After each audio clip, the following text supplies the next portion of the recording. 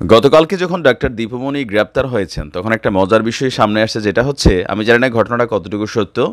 তিনি তার যে আত্মীয়ের বাসা থেকে গ্রেপ্তার হয়েছেন সেইখানে যে তিনি অবস্থান করছেন সেটা নিয়ে একটা মজার গল্প সামনে আসছে। আসলে কি ঘটনাটা সত্য নাকি আসলে মুখরোচক, আই ডোন্ট নো। তিনি তার যে আত্মীয়ের বাসায় আশ্রয় নিয়েছিলেন সেখানে তার একজন বোনের ছেলে ছিল। তাকে নাকি বলছে যে মোবাইল টিপাটিপি বাদ দিয়া পড়াশোনা করো।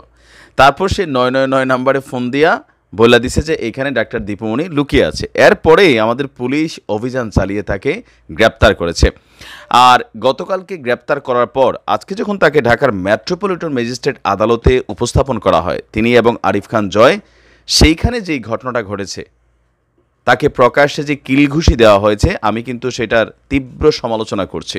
কেন করছি দেখেন, পলিটিক্যাল পয়েন্ট অফ ভিউতে এখন যারা আওয়ামী লীগের বিভিন্ন নেতাকর্মী আছেন, অনেকে অপরাধী, আবার অনেকে আছেন যে ভদ্র ক্যারেক্টার।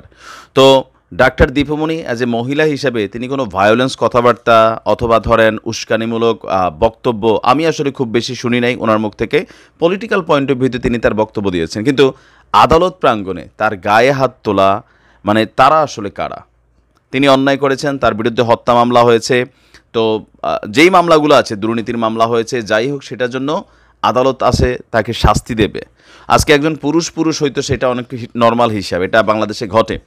কিন্তু একজন মহিলার গায়ে প্রকাশ্যে আদালতে এভাবে কিলঘুষি দিতে যাওয়া যে শ্রেণীটা আছেন, আপনারা একটা জিনিস মনে রাখেন যে যেই অবিচার, জুলুম, অত্যাচারের জন্য বাংলাদেশ আওয়ামী লীগ সরকারের পতন ঘটেছে, ন্যাক্কারজনক পতন ঘটেছে, এই ঘটনাগুলা আবারও কিন্তু আপনারা হয়তো আগামী ভবিষ্যতে ফিরিয়ে আনবেন। কারণ কি, এই ধরনের অতি উৎসাহী অ্যাক্টিভিটিস কোনো সাধারণ মানুষ আদালতে ঢুকে করতে পারে সেটা আমার বিশ্বাস হয় না।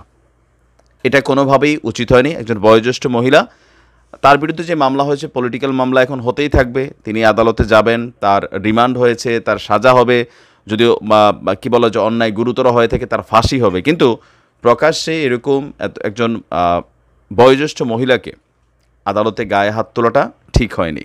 তো যাই হোক, আজকে আপনার মামলার সুষ্ঠু তদন্তের স্বার্থে ঢাকার মেট্রোপলিটন আদালতে তাকে উপস্থাপন করা হয়। আর এ সময় ঢাকা মেট্রোপলিটন আদালতের অতিরিক্ত চিফ যিনি আছেন ম্যাজিস্ট্রেট সুলতান সোহাগ উদ্দিনের আদালত ডাক্তার দীপুমণি এবং আরিফ খান জয় তাদেরকে 4 এবং 5 দিনের রিমান্ড মঞ্জুর করেছেন। তো তাদের বিরুদ্ধে যে মামলাটা হয়েছে সেটা হচ্ছে বৈষম্য বিরোধী ছাত্র আন্দোলনে নির্বিচারে গুলিবর্ষণে রাজধানীর মোহাম্মদপুরে একজন মুদি দোকানদার আবু সায়েদ, তার হত্যা মামলায় গ্রেপ্তার হয়েছে ডাক্তার দীপুমণি এবং কি আরিফ খান জয়। তো আজকে যখন আদালতে গিয়েছেন, অনেকটাই পরিস্থিতি দেখে স্বাভাবিকভাবে, এরকম পরিস্থিতি তিনি আর কখনো দেখেন নাই, অনেকটা বিমর্ষিত ছিলেন। তাকে যখন জিজ্ঞাসাবাদ করা হয়েছে তিনি মোটামুটি নির্বিকারী ছিলেন, ওইরকম কোনো কথাবার্তা বলেননি। তার পক্ষে তার আইনজীবীরা কথাবার্তা বলেছে। আর মামলার অভিযোগে বলা হয়েছে, সম্প্রতি সরকারি চাকরিতে কোটা সংস্কার আন্দোলনে হাজার হাজার ছাত্র জনতা যেই মিছিল সমাবেশ করেছিল, সেখানে বিভিন্ন এলাকায় নির্বিচারে গুলি চালানো হয়েছিল। বহু ছাত্র জনতা নিহত আহত হয়েছে। গত 19 জুলাই মোহাম্মদপুর বসিলার 40 ফিট এলাকায় ছাত্র জনতার যে মিছিল ছিল সেখানে পুলিশ নির্বিচারে গুলি চালিয়েছে। আর এতে আবু সাইদ সেখানে ঘটনাস্থলেই মারা যান। নিহত সাইদকে তার গ্রামের বাড়িতে পঞ্চগড়ের যে বোদা উপজেলার নতুন বস্তি প্রধান হাটি নিয়ে দাফন করা হয়। তার মা, স্ত্রী, ছেলে সেখানেই থাকেন। আর এই কারণে তার ইস্যুতে একজন ব্যক্তি স্বতন্ত্র হয়ে তিনি মামলাটা করেছেন। আর আর আর পরস্পর যোগসাজশে আসামিরা এই হত্যাকাণ্ড ঘটিয়েছে, সেইভাবে এসে তার মামলাটা হয়েছে। এখন যে মামলাগুলা ম্যাক্সিমামই এগুলা পলিটিক্যাল মামলা হবে। আওয়ামী লীগের যত নেতাকর্মী, এমপি আছেন যারা ক্ষমতায় ছিলেন, বিশেষ করে ক্ষমতায় ছিলেন, আর আরেকটা শ্রেণী হচ্ছে যারা জুলুম, নির্যাতন, অত্যাচার করেছেন, কথায় কথায় মানুষকে অপদস্থ করেছেন, গায়ে হাত তুলেছেন বা বিভিন্ন ধরনের সন্ত্রাসী কর্মকাণ্ড চালিয়েছেন, তারা কিন্তু সবাই মামলার আসামি হবে। দেখেন, পরিবর্তিত বাংলাদেশ, এই পরিবর্তিত বাংলাদেশে মিনিমাম একটা জিনিস থাকা উচিত, যে নারীদের প্রতি শ্রদ্ধার যে জায়গাটা, অন্তত মায়ের বয়সে একজন মহিলা, তাকে প্রকাশ্যে আদালতে কিলঘুষি দিতে চাওয়া, এটা আসলে শোভনীয় কর্মকাণ্ডের মধ্যে কোনোভাবেই পড়ে না।